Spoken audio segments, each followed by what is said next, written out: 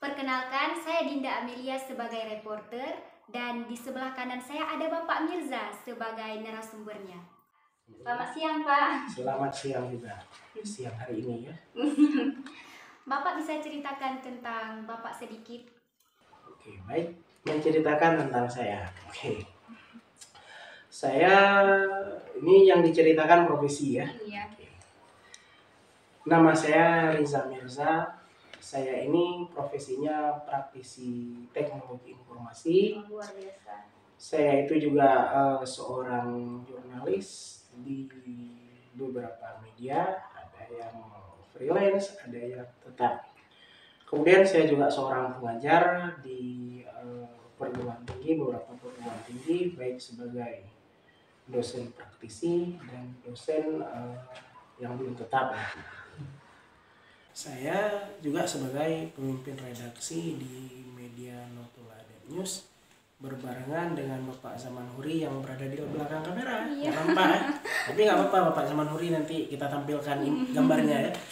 Ada Bapak Zaman Huri juga sebagai pimpinan media Lentera News yang akan menerangi dunia.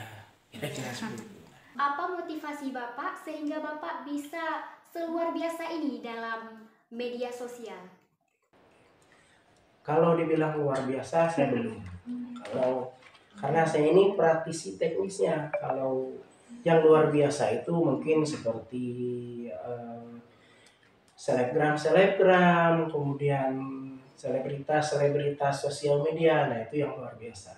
Luar biasa terkenal, luar biasa juga uangnya. Kalau saya ini sebagai praktisi teknis dan sebagai guru saja sebenarnya. Saya menggeluti dunia IT ketika saya itu masuk sekolah menengah atas. Dulu saya mengenal komputer itu dari warnet. Jadi saya alumni warnet sebenarnya. Jadi seorang alumni warnet yang menjadi praktisi IT. Kemudian ini cerita sejarah ya, biar agak panjang katanya ya sebagai latihan. Kemudian kenapa dulu bisa saya mengenal dunia IT? Karena tuntutan dari dunia juga ya. Dulu saya tidak punya komputer, tidak punya gadget. Jadi dulu saya mulai dari internet. Jadi kemudian saya belajar banyak hal di situ. Jadi saya tidak hanya bermain game, saya juga belajar mencari ilmu, mencari informasi, dan mengembangkan diri. Dulu kami di sekolah sama juga seperti kalian, disuruh buat tugas makalah oleh guru yang harus mencari referensi dari internet. Sehingga berkenalanlah dengan dunia internet itu dan seterusnya. Kemudian pernah saya suatu hari bertanya kepada kawan, saya penasaran cara bikin website itu seperti apa. Pertanyaan itu tidak dijawab.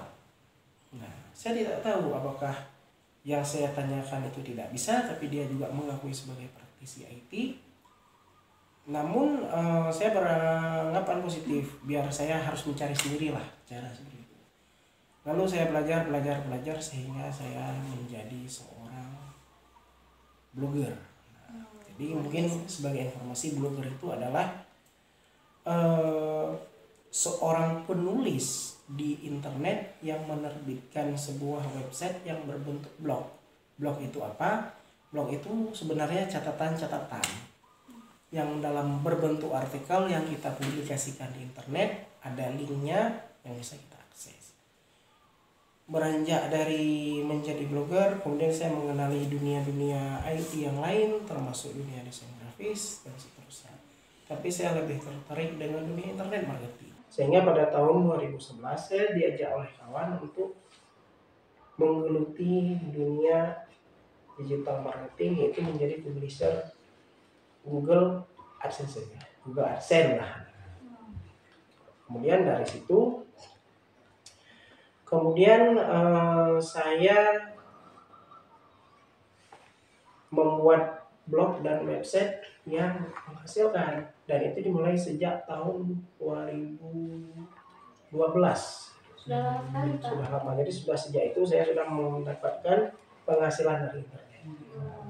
Memang memang tidak banyak, sedikit, tetapi sudah mengcover debit jejak. Kemudian mulai dari tahun 2013 dan seterusnya itu pendapatan utama saya itu dari internet.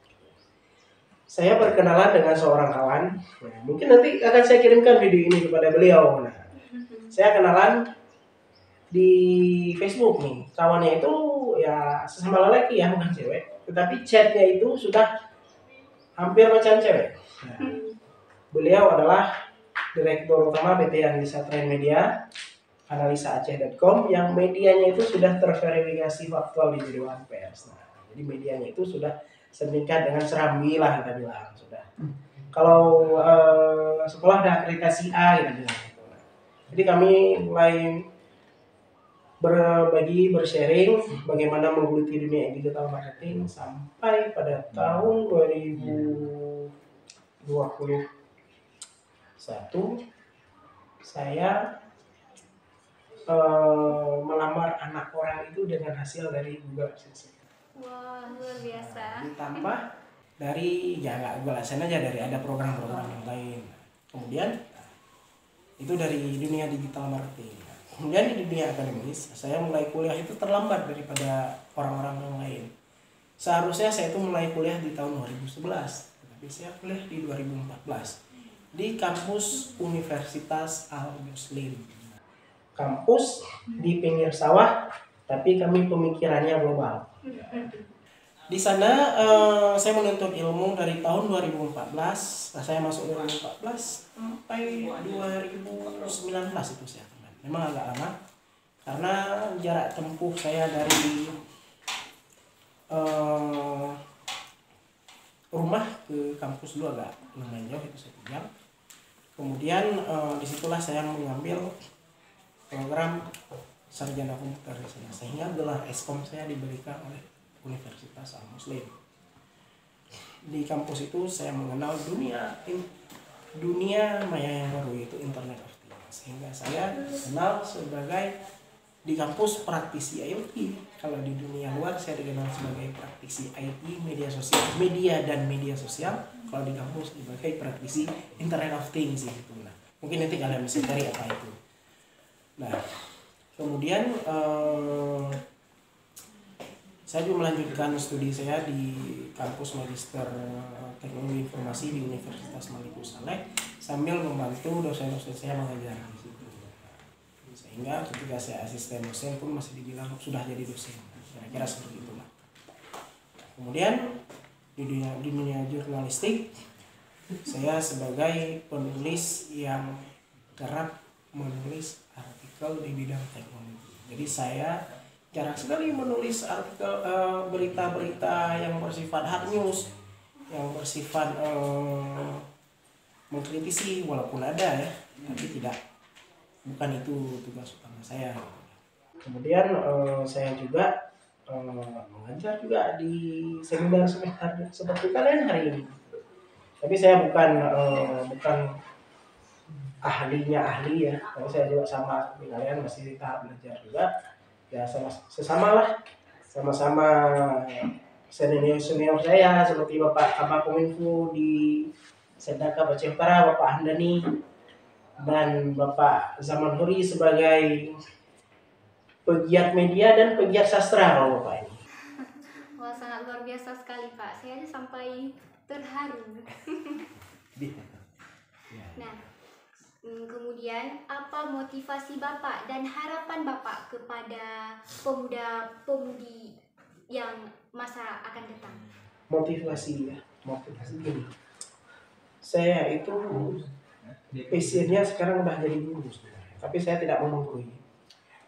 Saya ingin berpesan satu, di masa depan kecerdasan buatan itu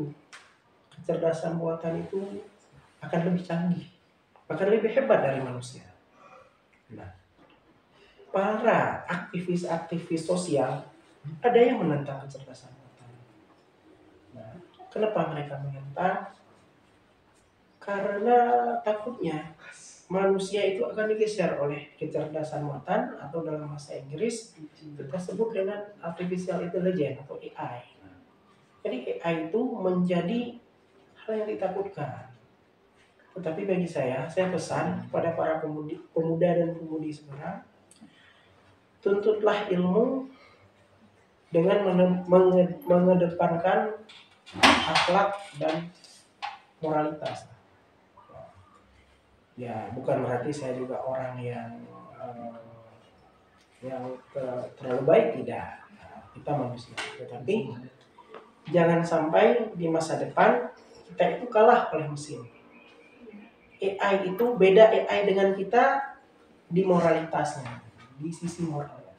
Kalau kita sekarang kita anggap kita menilai manusia dengan kepintaran, dengan kecerdasan, dengan materi, di masa depan kita akan kalah dengan robot.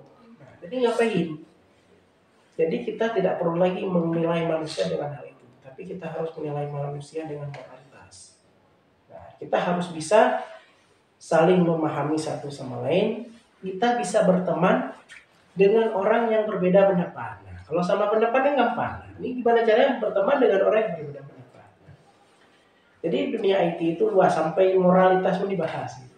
Kemudian untuk pemuda-pemudi, belajarlah bagaimana menggunakan AI sehingga di masa depan kita tidak diperbudak oleh AI dan kita tidak kalah oleh orang yang bisa menggunakan AI.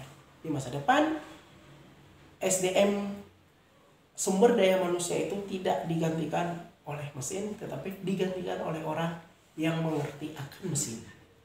Kira-kira seperti itu.